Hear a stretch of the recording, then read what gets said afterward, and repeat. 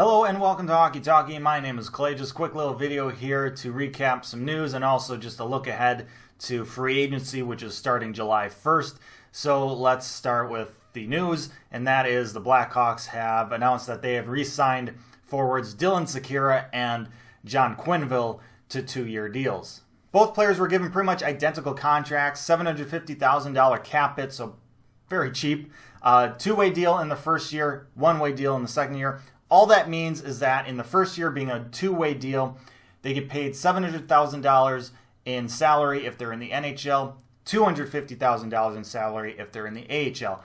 The second year of their contract, which is a one-way deal, means they're getting $800,000 in salary regardless of whether they're in the NHL or the AHL. I know there's a lot of misconceptions about one-way versus two-way deals, and that one-way deals means players can't get sent down to the minors, but that's not true at all. I just wanted to clarify that one-way deals and two-way deals, the only difference between them is just salary.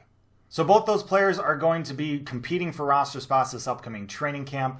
Now we do have RFAs still left to be re-signed, Brendan Perlini and David Kampf. Now David Kampf was not given a qualifying offer from the Blackhawks. However, it's been reported that both sides are working on a deal, so the qualifying offer is pretty much redundant in that case. Brendan Perlini, on the other hand, was extended a qualifying offer, hasn't agreed to it quite yet, or that we know of.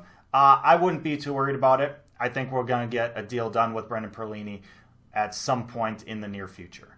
Now, in terms of non-NHL players who are restricted free agents for the Blackhawks, Victor Hetzel is probably the biggest name.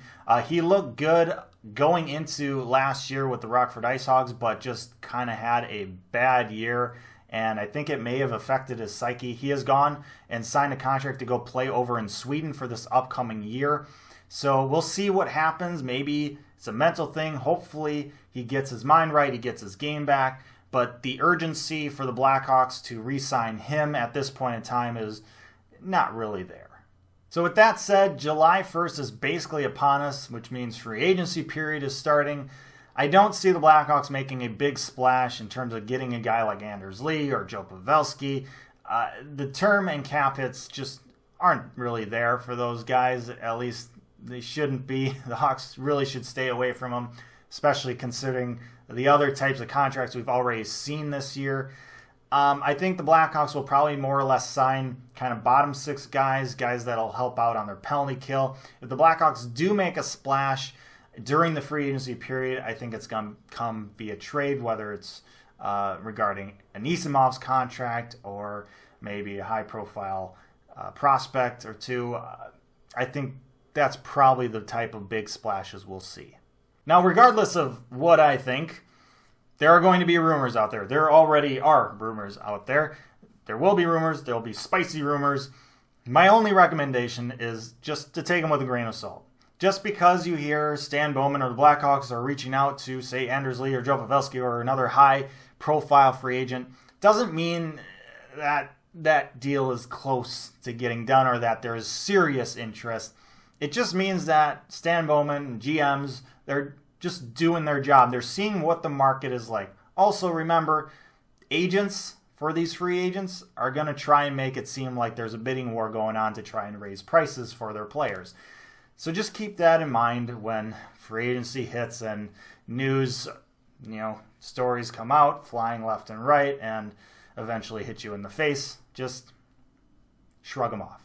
In addition to free agency starting in July, Blackhawks prospect camp starts in July as well, so stay tuned for that. Keep an eye on it. It's a great chance to see our newest draft picks play in a Blackhawks uniform for the first time, as well as a lot of our other high-end prospects. And with that, I'm going to let you go. Thank you so much for watching this episode of Hockey Talkie. I really appreciate it. Like, share, and subscribe. I appreciate that as well. But most importantly, as always, stay safe, make good decisions, and I'll see you next time.